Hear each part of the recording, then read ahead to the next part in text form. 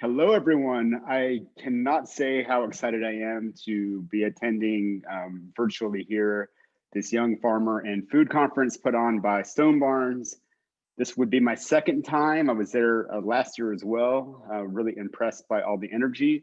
My name is Tom Philpott. I am the Food and Agriculture correspondent for Mother Jones Magazine, and I'm here today to discuss my new book, Perilous Bounty, the Looming Collapse of American Farming and How We Can Prevent It. There will be spoilers in this conversation. I wanted to be as conversational as possible. And so please submit to me questions via the Q&A feature on Zoom, and I'll get to as many as possible. Yes, indeed. Okay, so I am giving this presentation on the day that news broke last night, actually, that Joe Biden has selected Tom Vilsack to be the U.S. Department of Agriculture Secretary. And that does feature into the narrative of my book. And so I will be discussing that toward the end of the conversation. I'm actually writing a piece on that that I'll be finishing when I get off of the conversation that you guys can check out a little bit later.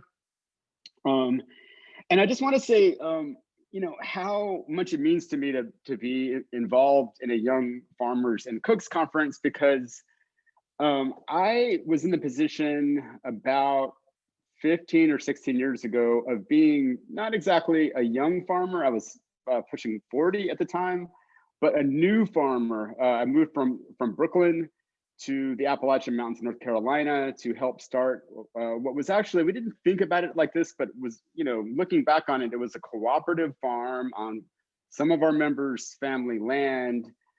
And we not only farmed really hard, but we also cooked really hard. Not having very much experience as a farmer, but having some experience as a cook, having worked in restaurants and things like that. We did immediately started off with farm dinners and sort of combine these two things of farming and cooking. And it was quite an educational experience for me. And I learned a lot about the paradoxes and struggles of small scale, non-chemical intensive farming in the United States. But let's shift to talk about my book. Toward the beginning of my book, I have a little section about what it is and what it isn't. And what it is really a look at the ecological foundations of the US food system and how they're really under attack from the way that agriculture is practiced in the United States, the dominant forms of agriculture. And so I focus on the California Central Valley and the Corn Belt of the Midwest. But I want to read just a paragraph from the introduction that I think is very relevant to this particular gathering. So this is in the section about what it is and what it isn't. And I talk about how I get into a little bit, but I think not nearly enough. I think this is a topic that would require its own book about the way that farming in these regions, the Central Valley of California and the Corn Belt, makes those areas extremely difficult to live in for the people who live and work there. They become sort of sacrifice zones in terms of, polluting the water, polluting the air. The jobs tend to be very dangerous and low wage. That I really should write another book about that. I couldn't, tell that whole story in this one. And then I have another caveat. I say, then there's a question of land ownership. US settlers violently seized the lands that this book focuses on from Native Americans who had lived on them for generations. It's beyond the scope of this book to delve into the horror of that theft or its enduring aftermath of oppression, but I do detail the systematic abuse that US control has visited upon these incredibly fertile and productive ecosystems, which had flourished over millennia under stewardship by indigenous populations and are now on the verge of collapse. While chattel slavery never prevailed in California or the Corn Belt, enslaved people provided the labor that fueled the US economy during its great 19th century expansion westward. And it's also, I should add, as emergence as the sort of dominant global economic power. These abuses are part of the festering debt owed by US white settler society to American Indians, Mexican Americans, and Black Americans today. And I hope my book can aid in the movement for reparations. And I think that that question of land ownership and how it's going to be solved going forward is really the sort of key subject that I think young farmers and young people who want to be farmers are going to have to decide, are going to have to grapple with going forward. And so, let me just sort of get into the sort of meat of the book. I start off in the California Central Valley, and you know, I just sort of lay out just how important it is to the U.S. food system. It's a place where essentially, no matter where you are in the country, it's where the sort of produce aisle gets stocked. The fruits and vegetables and nuts. You know, you see those big in supermarkets nowadays. You see these big displays of pistachios from Wonderful. All that comes from the Central Valley. You know, huge amounts of broccoli and spinach, and you know, the stuff that we're all encouraged to eat more of comes there. And I do have an anecdote in my introduction about how even running a small, you know, fairly micro scale organic farm in Appalachians of North Carolina in the mid 2000s, we began to feel pressure from what they call the California price. Like, you know, your ability to make a living as a farmer pretty much anywhere in the country, even if you're out of the industrial system, you're butting up against this sort of behemoth of California, its ability to churn out just so much food. And you know, I think I should say at the outset that a big reason it's able to churn out so much food is, you know, essentially the command that mostly white California landowners have had since the birth of the United States over a labor supply of people coming from south of the border to work on farms. It's been a resource that has really propped up to this day profitability of farming in that region. But there's also this incredible ecology. It's one of the globe's rare Mediterranean climates, which means that it's got, you know, sort of long, hot summers and relatively mild winters that tend to be very sunny, so you can grow food for most of the year. And the problem with Mediterranean climates is water scarcity, and California actually has incredible water resources. It's got the Sierra Nevada mountains that run along the eastern edge of the Central Valley, and they capture the weather generated deep in the South Pacific for most of the winter months. So you've got these, you know, giant storms that develop in the South Pacific. They come toward California in what are called atmospheric rivers, these great flows of water that happen way up in the atmosphere. They tend to, you know, make landfall and hit the mountains and drop as snow in the winter months. So you get this incredible snowpack. And really the whole story of Central Valley agriculture over the past century, or really since the US took it over in the mid 19th century, is harnessing that resource, developing this huge system of dams and aqueducts and canals to get that water from that snow melt to farmers. And you know, while I think this is true of capitalism in general, there's no pure capitalism. The sort of free market did not you know, make that infrastructure spring up out of nothing. That was state interventions. That was the sort of power of the US state that put that into place. Sort of a socialized investment that has been privatized in the hands of these farmers who are there now, and they're able to harness that massive bounty of water. And then the other resource is that I talk about in the book before European contact, before the US took over the Central Valley. It was this region of many powerful rivers and wetlands. So huge amounts of water flowing through from the mountains, giving rise to vast expanses of wetlands.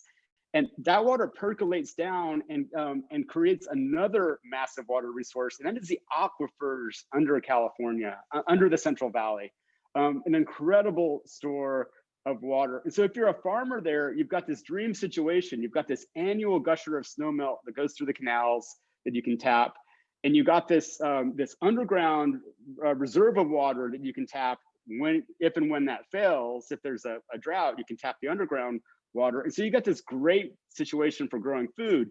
And I farmed in the Appalachians in North Carolina, which are essentially a temperate rainforest. And our problem was way too much water.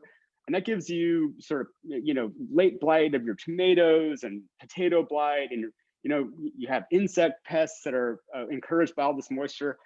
California is it's fantastic if you can grow in a hot, dry area and control the amount of water that goes on, control irrigation by pushing a button.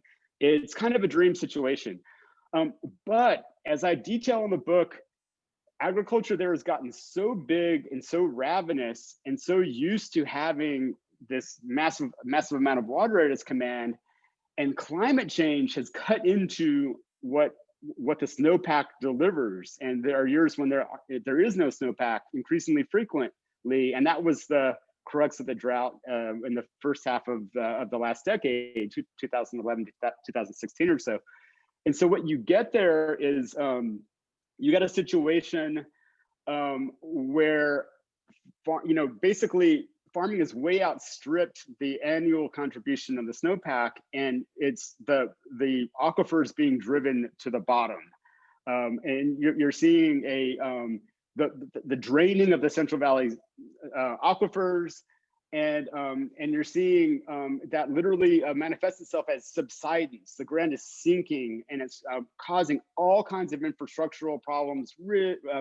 Bridges and roads need to be repaired, and crucially, it's snarling up the irrigation infrastructure. It's all gravity fed, so these canals are getting snarled up as some parts of it subside faster than others. You get cracks, you get places where gravity doesn't work anymore for the smooth delivery of water.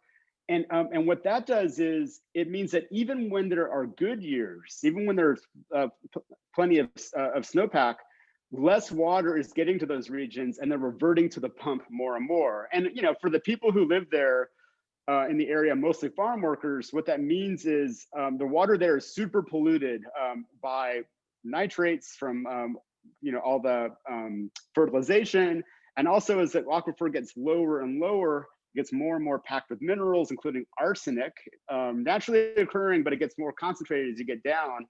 And so you've got millions of people in the area who don't have access to clean water and are literally buying it. People making $20,000 or less, households making that much per year, spending thousands of dollars, buying bottled water. Not a great situation. And I also talk in there about the sort of paradox of the Central Valley is not only is it under threat from increasing droughts, and there are projections by climate scientists who say that within this is people from places like UCLA who say that within 20 or 30 years, a failed snowpack will be the norm. In other words, it'll be the rare year that you get a nice snowpack, and the snowpack that the industry has been counting on for decades and decades will simply vanish, meaning more and more pressure on those aquifers. But the flip side of that is that for reasons I get into in the book, there's also a high likelihood of a massive flood that is, I think, really hard for us to conceive of how big it is. And I have a chapter in the book that's also available. We ran it as an article on Mother Jones about how there was this flood in 1861, 1862, right after California became a state, that put the entire Central Valley under 20 feet of water. And for reasons of climate change and also just reasons of California's unique weather, such a giant storm and flood is more likely than not to happen in the next 20 years. And let's just think for a second about the Central Valley in 1861. It was There were still lots of Native Americans living there. There were, but agriculture was basically run by Mexican nationals who had gotten U.S. citizenship and who, had title to a lot of that land, and they were running cattle. It was fairly sparsely populated, and there are contemporary accounts of at the beginning of the storm, which lasted for about 40 days, Native Americans were sort of knew that it was time to clear out and get to a higher place. And so they essentially cleared out, and the storm destroyed all the cattle farms, hundreds of thousands of dead cattle. But the number of deaths was, we wouldn't have a good exact idea of how many there were, but it was fairly limited because it was pretty sparsely populated.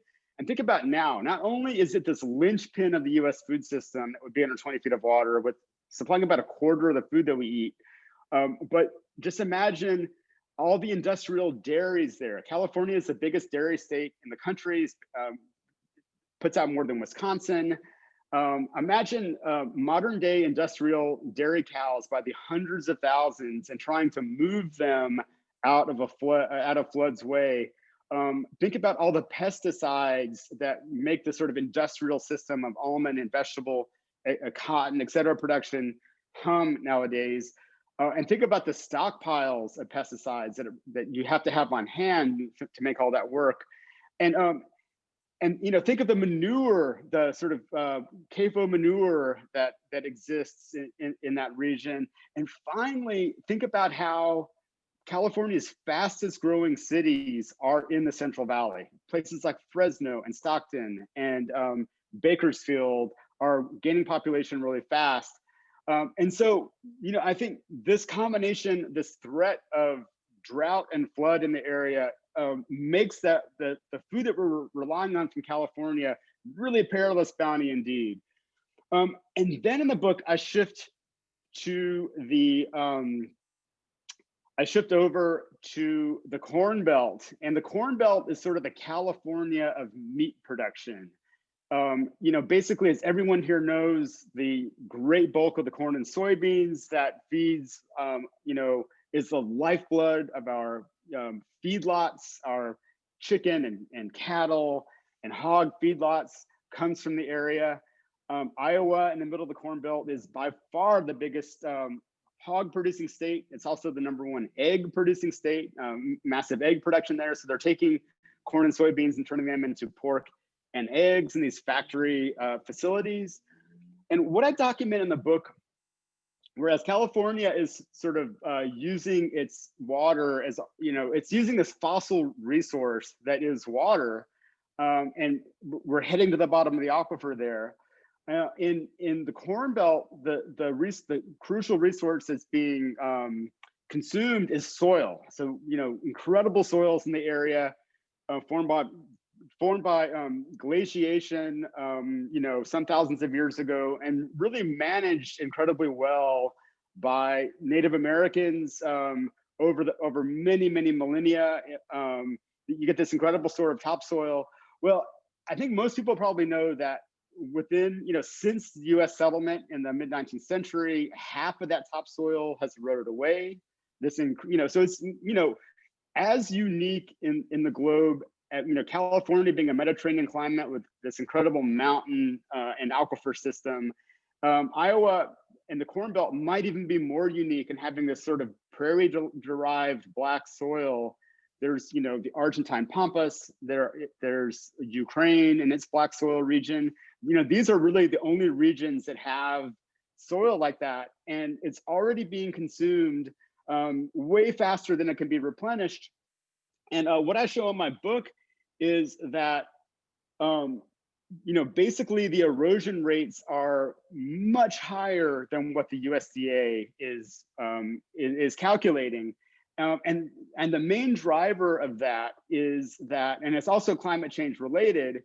So what happens when you grow 2 crops over tens of millions of acres of land, and the 2 crops being corn and soybeans, they're all planted at the same time and they're harvested at the same time. And so you get this period when there's bare ground, between, let's say, the harvest in November, and when a new canopy of the next crop can establish itself in June of the next year, you've got essentially bare ground with, without living roots in it, oftentimes not covered at all. Maybe there's some stubble from the previous year's crop. And so what we're getting is this incredible increase of really strong storms that come in the late winter and early spring, that melt snow that's there and create this slurry that pushes soil off of farms in this alarming fashion. And I go through the math in the book. There's this incredible professor at Iowa State University named Richard Cruz, and I detail how I go around. I went around with him in the early summer of 2019 and saw these massive gaping gullies that occur when down a slope you get soil leaving land driven by water, driven by storms, leaving the sort of field and ending up in ditches and in streams and things like that. And what Richard Cruz says is that if you look at the USDA data, it looks like the Iowa is losing soil a little bit faster than it can be recreated. And so it looks like, maybe there's a little bit of a soil crisis, but we've got way bigger problems than that. It's nothing to worry about. But he says that in actuality, if you factor in this gully erosion, as he calls it, and the USDA doesn't count it in its calculations, we're actually losing topsoil at about 16 times faster than it can be created. And so this incredible resource in that area is basically being sacrificed systematically. And really there's no end to that in sight. There's no, it's really hard to see right now a break in US policy that will get us away from corn and soybean dominance of the area. And I talk in the book about how I have a whole chapter in there about how there's this interlocking set of oligopolies, basically seed and pesticide suppliers, fertilizer suppliers, grain traders, meat packing companies, and all of these industries that deal directly with farmers. There are 3 or 4 players who dominate those markets. And I showed that, basically the system has convinced farmers in that area to do something that I bet no new or beginning farmer at this conference would ever think of doing. And that is grow the same exact thing as everyone around you. Not, don't try to distinguish yourself at all. Grow corn and soybeans. And that's what they're doing there. And they're competing with not only each other and driving each other out of business, and the survivors are getting bigger and bigger, but they're also competing with farmers in Brazil, which is sacrificing this incredible, we hear about the Amazon rainforest, and we see images of it burning. But there's this other quieter crisis happening in the savannah, which is this massive region. I think it's bigger than, it's definitely bigger than the Corn Belt. It's bigger in size than the Corn Belt. It's a massive region in Brazil, and it is the sort of frontier of industrial agriculture. There's loads and loads of carbon tied up in the deep roots of the plants there, and those are being plowed away, releasing titanic amounts of carbon. I did a calculation in the book. It's like 3 Los Angeles's worth of cars every year or something like that. And they're planting corn and soybeans, and they can actually do year-round production there, and they can get a soybean crop and a corn crop in the same year. And US farmers are competing against them, and the price of corn and soybeans essentially hovers at or below the cost of production. And so farmers are making very tiny margins, if any margin at all. And of course, what props up the whole system is the sort of federal farm policy that makes up the difference, that, when you're below the cost of production, essentially the taxpayer, one way or the other, through subsidized crop insurance or direct payments, makes up that difference. And so these farmers, they scrape by on tiny margins, or more than scrape by when they can get big enough. and the government picks up a huge amount of the bill. But the main winner there are, just like in a gold rush, the companies that supply the shovels are really the only ones that make out.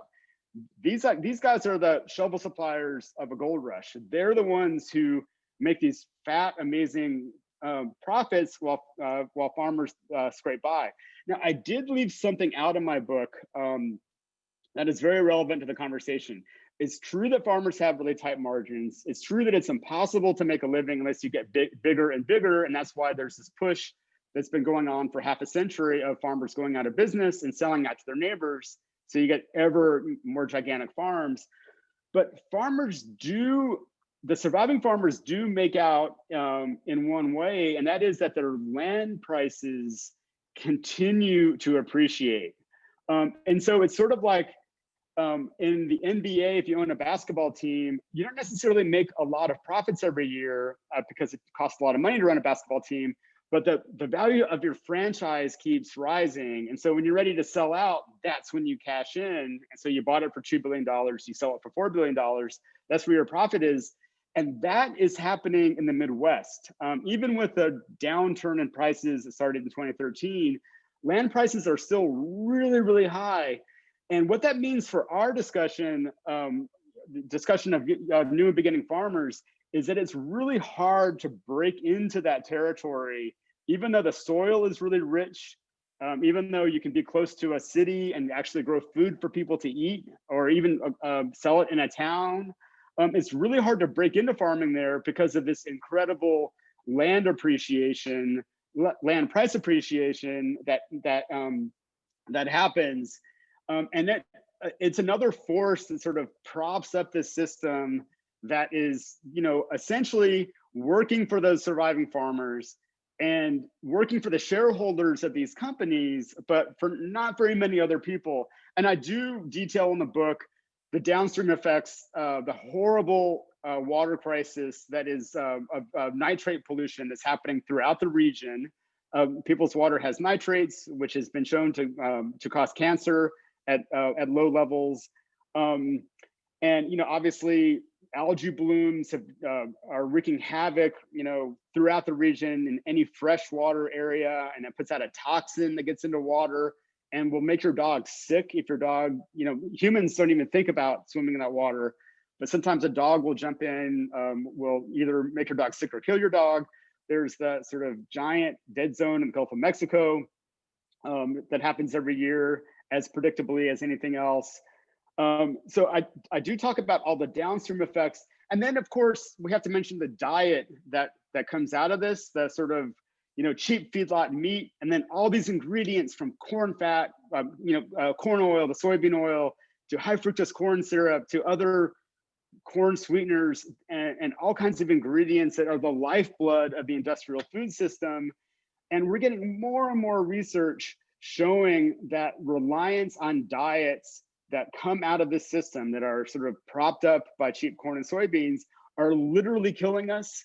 And we're also seeing data about this horrific COVID-19 pandemic is attacking people with conditions based on having this sort of dominant diet that we give people.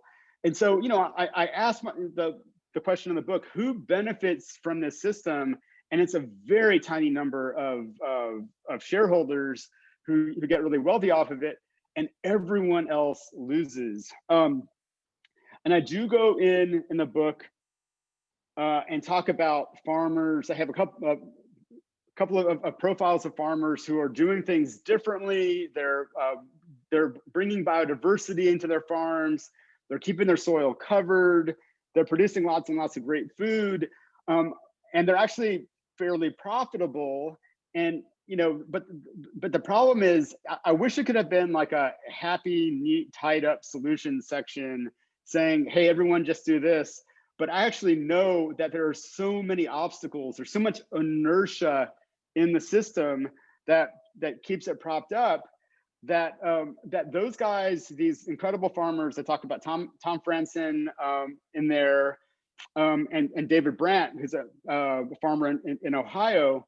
they're going to continue to be sort of, charismatic megafauna examples of how things could be different, and continue to be the exception until we make systematic change. And that does bring me to the last section of the book, where I dig into this sense of inertia, and I kind of bat away a couple of common responses, I think, sort of thinking about how people might take the book. Like, in the section of on California, okay, well, if California draws down all of its water, can't we just import vegetables and fruits from other countries? And in fact, we are already doing that. Fruit and vegetable imports are rising. But what it turns out is that the places that we're importing from, and the dominant one being Mexico, have the same exact water problems that California has. A big region that grows a lot of food for us in California is Baja California. It's right under California. I dig into the book about how it has very similar paradoxes and problems. I talk about Chile, where we get a lot of fruits and vegetables as well, and how the main region in Chile that grows a lot of food is locked in a multi-year drought. It's having huge water problems. And for reasons of capitalism, for reasons of sort of global markets, they're converting land that is growing fruits and vegetables for the US into avocado monocrops for the European market. And so it just doesn't look like that's going to be a great place to increase our, have an increasing source of things like we know are good for us, like cauliflower and broccoli and lettuce. And so what I talk about in the book in terms of the California section, and this is extremely relevant to this meeting, is that what we need to do is de-Californify our fruit and vegetable system. We need to ramp up fruit and vegetable production in other parts of the country. And we have done that, I think, very dramatically all over the country because of the birth of farmers markets and CSAs and the kinds of things that that new and beginning farmers get into. But the problem is that we haven't done it nearly enough, and we're going to have to do it a lot more, and we're going to have to bring policy to play to make some of the investments in infrastructure, to solve some of the land issues that new and beginning farmers have. I think we're going to need to have land grants. I think we're going to have public buying of farmland and granting it to new and beginning farmers, and that could be a start of reparations, of making things right, or at least attempting to make things right for Native Americans and African Americans who have had their land stolen. Native Americans since the birth of the country. African Americans since 1920 have lost 90% of their land. African American farmers, and I think that this sort of like building out local and regional food systems could be part of the effort to make that good. There's actually a bill I wrote about in Congress recently called the Justice for Black Farmers Act, sponsored by Cory Booker. Everyone should look that up, and we could debate about that. And so that's my big solution for California. And then for the Corn Belt, I think it's just sort of biodiversity, taking some of that land and growing fruits and vegetables on it for the region, and also figuring out farm policies that encourage, and just as now farm policies encourage farmers in that region to grow corn and soybeans, no matter what the price is. Don't listen to price signals, just produce as much corn and soybeans as you can. I think we could have a policy that encourages farmers to produce other and different kinds of food, that encourages them to produce crops that keep the ground covered in the winter and spring months, things like that. But that's easier said than done. And I think that what that is going to take, and I think what de-Californifying and getting local and regional policymakers involved is going to take massive amounts of social movement mobilization. And we have seen that in recent years in climate change. We've seen climate mobilizations that have stopped giant pipelines. A couple of times here in the United States. We've got, I think, social movement. We can debate about whether John Kerry is a great climate envoy, but that was a position that it's the first time it's existed. Biden appointed John Kerry as an international climate envoy. That is a direct result of social movement, basically rabble rousing, getting out in the street, demanding action on climate change. And I think that food has to join that conversation. And I think the food movement has to ally itself with the climate movement, and the climate movement has to include food, because everyone here knows that that farmland could absorb a lot more carbon than it's currently absorbing, and policy should be put in place for that. But we also need to do climate adaptation. And that means, sort of adapting ourselves to California's water situation by growing more food elsewhere, and adapting ourselves to the situation in the Corn Belt by diversifying there. That has got to be, adaptation has got to come into play. And I think that in the United States, it's hard for us to conceive of social movements taking on that kind of role. And I guess I've been looking over at India and getting some inspiration. Now, India is an incredibly different situation from us. We've essentially cleared our small farmers off the land. That's why we have movements like what's happening here at Stone Barns of encouraging young people to get back on land and to organize, because we've had more than 100-year policy of knocking farmers off the land and letting the remnants get bigger and bigger. In India, it's the exact opposite situation. There's still a massive agrarian population, millions and millions of people, a huge portion of his society continues to farm. And their current president, who's a prime minister, who's a Trumpian figure named Modi, is putting into action some neoliberal reforms that would explicitly knock people off of land and ruin their livelihoods. And farmers there are organizing and getting into the streets and literally blocking roads and mobbing the Capitol and giving Modi no choice but to listen to him. And I think that our politicians, they have a lot of pressure on them. There's a lot of lobbies that are coming their way. There's a lot of old ideas involved. And right now they are listening to those lobbies, and we need to give them something else to listen to. And I'll just, say that just last night, Joe Biden he disappointed a lot of people by appointing Tom Vilsack, who was the USDA chief under Obama for 8 years, and who, so he's USDA chief under Obama, and he's now literally a dairy executive. He works for a dairy industry organization whose sole goal is to sell US powdered milk, mostly abroad, oftentimes in countries that have no tradition of dairy consumption. And even this idea is happening even as US farmers are way overproducing milk. And a much smarter idea than overproduce and sell it to places that don't have any history of milk consumption would be to just produce less milk, produce less and better milk. And that is just sort of not in the vocabulary.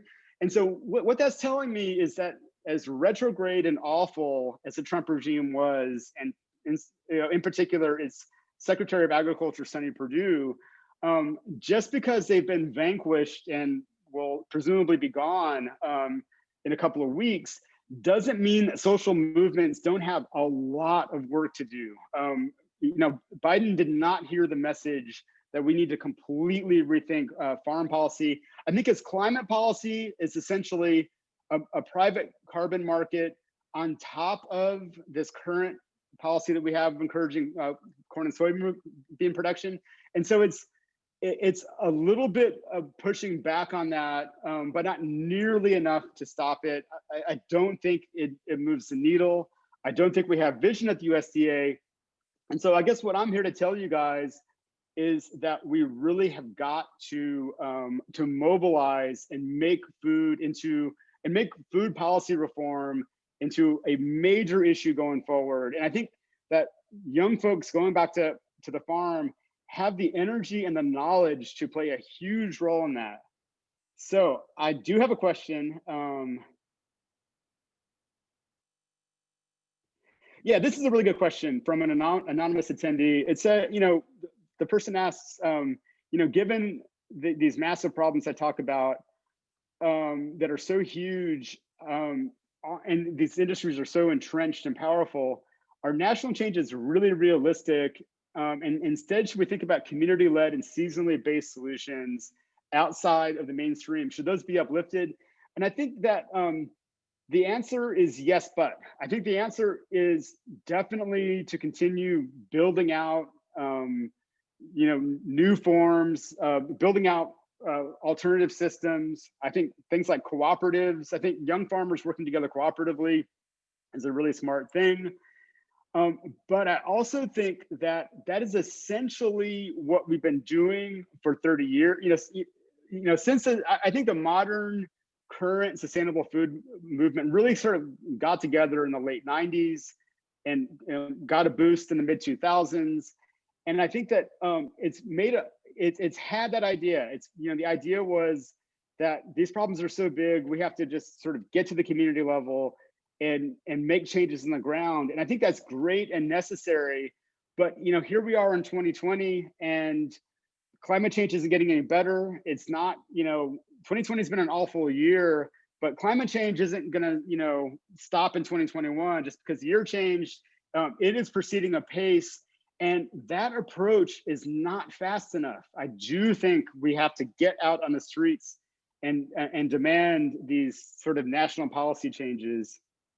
Let's see. So a attendee named Hassan Rastam says, I think the question here is, am I talking about moving from one centralized production center to one or two around the country? And would local and with the idea that more local food systems be more resilient? And I think that I think the answer once again is yes, but I think that local and regional, I think a multiplicity of scales. I think that building redundancy in the system. I think definitely having a regional food plan for every region would be super smart. But within that, I think that that smaller local systems could be made to flourish. That instead of having California be the main supplier at the supermarket, and then have this farmers market that's sort of fringe and feeds a tiny bit of the population. How about retain the farmers market, but then have a more regional food system stocking the grocery store? So I think they can go along together. But I guess I am running out of time. And so I just really want to say that, I think that what my book does is it really underlines, and I think this gets to Hassan's question, it really underlines how important and crucial the work that you guys are doing building out alternative systems is. It is extremely important, but all I'm saying is that we have to draw it out and hook into something bigger, because the corporations that I discussed in the Midwest, the economic forces that I discussed in California, are going to take those dominant systems and push them over the edge and potentially cause huge food crises, huge humanitarian crises that are utterly unnecessary. We can do things differently, and you guys are a big part of making that happen. I believe I just have one more minute, so I think I will use that time to just thank you guys for listening to me. There are some great links being put into the chat, including a critique by Chris Newman that should be listened to of the Black Justice for Farmers Act. I think that's a debate that I will be intervening in going forward, and that lots of other people should be intervening in. And with that, I'm just gonna say thank you guys so much for attending. go to the library and get my book, and give it a read, or if you can, buy it. Thank you so much.